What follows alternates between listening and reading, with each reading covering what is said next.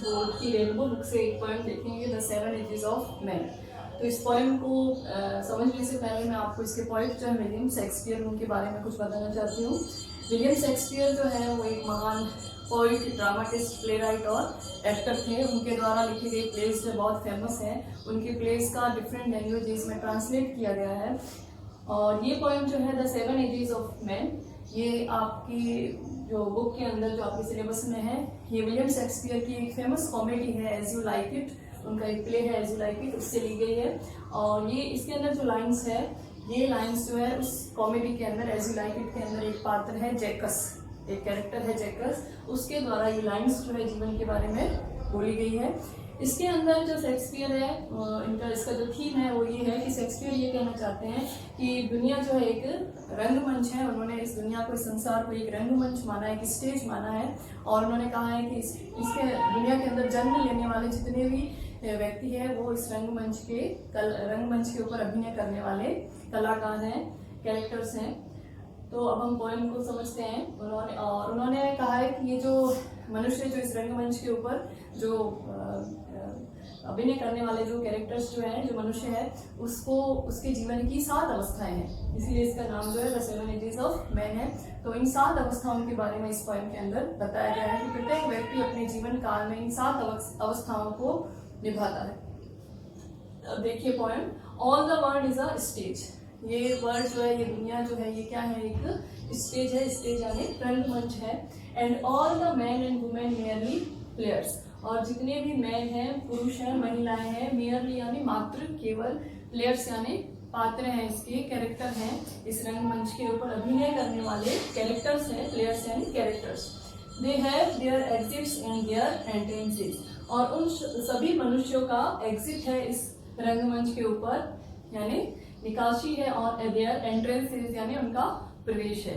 कहने का मतलब है कि इस रंगमंच के ऊपर अभिनय करने वाले जितने भी मनुष्य हैं, जितने भी पुरुष हैं, महिलाएं हैं, जितने भी व्यक्ति हैं, उन सब वो जब जन्म लेते हैं इस दुनिया के अंदर, उसको उनका एंट्रेंस बोला गया है, प्रवेश बोला गया है। और जन्म लेते हैं और विभिन्न अपने अभिनय को निभाते हैं, और उसके बाद उनका एग्जिट होता है, मतलब उनकी मृत्यु हो जाती है।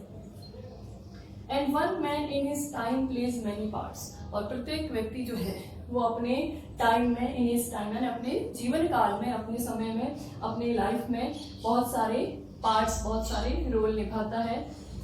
हिज एक्ट्स बीइंग 7 एजेस, और उसके ये जो पात्र है, उसके जो कार्य है, एक्ट्स है, उसके संपूर्ण जीवन काल में जो उसने पात्र निभाए हैं अलग अलग, जो उनको उन्होंने कहा है कि वो 7 अवस्थाएं हैं उसकी, 7 एजेस यानी 7 उसकी स्टेजेस हैं, अवस्थाएं हैं। एट फर्स्ट द इन्फेंट, सबसे पहली अवस्था जो शेक्सपियर ने बताई है वो है इन्फेंट की, शिशु काल की।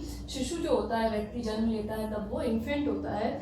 एक बात आप ध्यान रखिए बच्चों यहाँ पे कि ये जो 7 अवस्थाएं हैं, इनके नाम आपको ध्यान रखने हैं कि शेक्सपियर ने कौन सी 7 अवस्थाएं बताई है, और प्रत्येक अवस्था की जो कैरेक्टरिस्टिक्स हैं, जो विशेषताएं हैं, उनको आपको बहुत अच्छे से याद रखना है, क्योंकि एग्जाम के अंदर ये पूछी जाती है। तो सबसे पहली अवस्था जो है वो है शिशु की अवस्था है। और शिशु क्या करता है, mewling and puking in the nurses arms. Mewling यानी क्राइंग, ट्राई करता रहता है, रोता रहता है शिशु।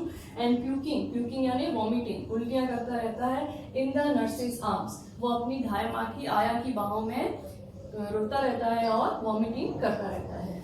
Then the whining school boy, और सेकंड जो उन्होंने अवस्था बताई है मनुष्य के जीवन काल की, वो है स्कूल बॉय। जब जो बड़ा हो जाता है शिशु थोड़ा, तो वो स्कूल जाने लग जाता है, और वो क्या होता है, वाइनिंग, वाइनिंग यानी कंप्लेनिंग करता रहता है। स्कूल बॉय जो स्टेज है उसके अंदर बच्चा जो है वो कंप्लेन करता रहता है, शिकायतें करता रहता है।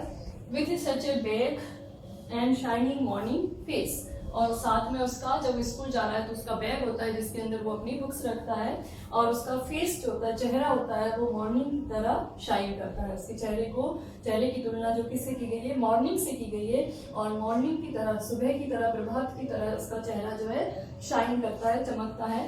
Creeping like snail unwilling to school, creeping का मतलब होता है मूविंग स्लोली, धीरे धीरे चलना। वो बच्चा जो है बहुत ही धीरे चल के स्कूल जाता है, लाइक स्नेल, किसकी तरह, स्नेल की तरह, घोंघे की तरह। घोंघा एक ऐसा जीव है जो बहुत ही, उसकी गति जो होती है बहुत ही धीमी होती है। तो यहाँ पे उस स्कूल बॉय की तुलना जो है स्नेल से इसलिए की है क्योंकि वो बहुत धीरे धीरे चल करके स्कूल जाता है। अनविलिंग टू स्कूल, क्योंकि वो उसकी स्कूल जाने की इच्छा नहीं है, वो स्कूल नहीं जाना चाहता है, उसको स्कूल भेजा जा रहा है, इसलिए वो धीरे धीरे चल के स्कूल जा रहा है। एंड देन द लवर, उसके बाद जब वो बड़ा होता है तो युवा होता है, तब उसकी जो अवस्था आती है तीसरी, वो अवस्था है लवर की। तीसरी जो अवस्था है मनुष्य के जीवन काल की, वो लवर की है।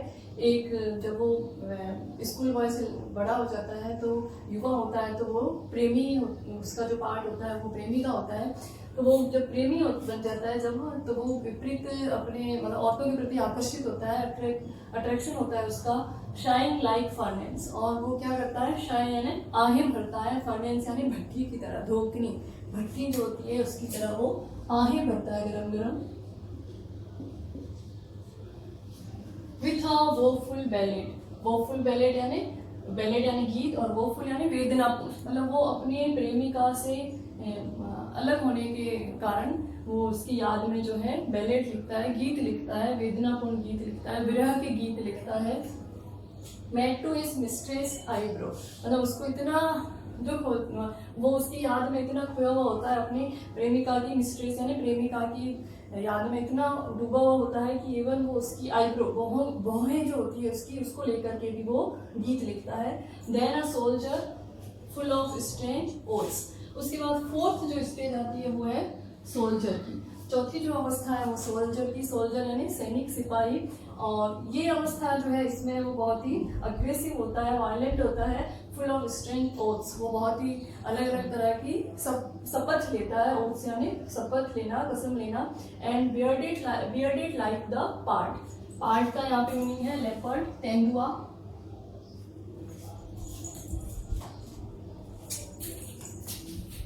ये पार्ट जो आया है ये लेपर्ड के लिए आया है, तेंदुए के लिए आया है।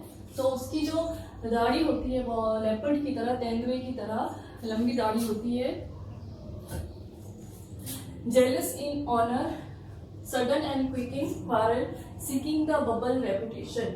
और उसकी जो ये अवस्था है, फोर्थ जो सोल्जर की अवस्था जो है व्यक्ति के जीवन काल की, तो वो अजीब तरह की कस्में खाता है, उसकी दाढ़ी जो है लेपर्ड की तरह है, और वो ईर्ष्यालु होता है सम्मान को लेकर, ऑनर यानी सम्मान को लेकर, ऐसा सम्मान जो कि बबल रेपुटेशन, रेपुटेशन यानी सम्मान, बबल यानी क्षणिक, ऐसा सम्मान जो कि क्षणिक है, कुछ देर के लिए है, फिर भी वो उस सम्मान को हासिल करने के लिए जो है ईर्ष्यालु रहता है और बहुत ही जल्दी झगड़ा कर लेता है। क्वारल यानी झगड़ा करना, तो वो बहुत जल्दी, सडन यानी अचानक से, बहुत जल्दी से, क्विक यानी जल्दी से, किसी सम्मान के कारण खातिर वो झगड़ा कर लेता है, जबकि सम्मान जो है बबल रेपुटेशन यानी क्षणिक सम्मान है, कुछ देर के लिए वो सम्मान है, वो इस बात को नहीं समझता है, लेकिन बहुत ही अग्रेसिव होता है, वायलेंट होता है सोल्जर, और वो इस रेपुटेशन के लिए जो है झगड़ा करने को भी तैयार रहता है। Even in the cannons mouth, और इस रेपुटेशन के लिए वो कैनन यानी तोप के मुंह में भी जाने को तैयार होता है। कहने का मतलब है बड़े से बड़ा खतरा जो है उसका सामना करने के लिए वो तैयार रहता है, किसके लिए, रेपुटेशन के लिए, सम्मान के लिए। एंड देन द जस्टिस, और पांचवी जो अवस्था आती है वो आती है जस्टिस की, न्यायाधीश की। पहली हमने देखी इन्फेंट की, दूसरी हमने देखी स्कूल बॉय की, थर्ड थी जो लवर की, जो कि अपनी प्रेमिका की यादों में खोया रहता है, और फोर्थ जो थी वो थी सोल्जर की, उसके लिए जो मायने रखता है वो रेपुटेशन। और फिफ्थ जो स्टेज है वो है जस्टिस, जस्टिस यानी न्यायाधीश की अवस्था है, पांचवी अवस्था। इन फेयर राउंड बेली, बेली यानी पौंध, पेट, तो उसका पेट जो है विथ गुड कैपन लाइंड। तो इसमें पांचवी अवस्था में जो शेक्सपियर ने उसके आकृति का, शारीरिक आकृति का चित्रण किया है, उससे ये पता चलता है कि जस्टिस जो है, न्यायाधीश जो है, अपने जीवन में संतुष्ट है। वो खा पी करके उसकी तौन जो है गोल मटोल हो गई है, राउंड बेली है उसकी, और उसने क्या खाया, गुड कैपन लाइन यानी एक मोटे ताजे मुर्गे का मांस खाया, कैपन यानी मोटे मुर्गे का मांस, तो उसने एक मुर्गे का मांस खाया है, उसकी वजह से उसकी बेली जो है, उसका पेट जो है, तौन जो है वो गोल मटोल हो गया है। और ये मांस जो है यहाँ पे जो वो बताया गया है कि ये जो उसको मोटे ताजे मुर्गे का जो मांस उसने खाया है वो उसको रिश्वत के रूप में मिला है। With eyes severe and beard of formal cut, और उसकी आंखें जो है, आईज यानी आंखें जो है जस्टिस की, वो कैसी है, सीवियर यानी स्ट्रिक्ट, मतलब आंखों में तो वो ऐसा शो कर रहा है कि बहुत स्ट्रिक्ट है आंखों से, और उसका बियर्ड जो है, उसकी दाढ़ी जो है, उसका कट जो है फॉर्मल है, जमाने के हिसाब से जो फैशन है उसके अनुरूप उसकी दाढ़ी का कट है। जबकि सोल्जर के ऐसा नहीं था, उसकी दाढ़ी कैसी थी, लेपर्ड की तरह थी, तेंदुए की तरह थी, बिखरी हुई थी। लेकिन जस्टिस जो है उसकी आंखों में स्ट्रिक्टनेस है, उसकी दाढ़ी का फॉर्मल कट है, फैशन के अनुरूप है, लेकिन वो वास्तव में जो है वो क्या करता है, रिश्वत लेता है, और उसकी तौंद जो है गोल मोल है, गोल मटोल है, full of vice shows and modern instances. और वो जो है बातें कैसे करता है, वाइस शॉज यानी ऐसी लोकोक्तियां कहता है, और आधुनिक जो है इंस्टांस यानी एग्जाम्पल, उदाहरण देता है, दृष्टांत देता है। जब वो फैसला सुनाता है तो बहुत बुद्धिमत्तापूर्ण बातें करता है, वाइस यानी बुद्धिमत्तापूर्ण बातें करता है, और आधुनिक उदाहरण देता है। And so he plays his part, और इस तरह से वो अपना जो है पार्ट, जो अपना रोल है जो वो निभाता है।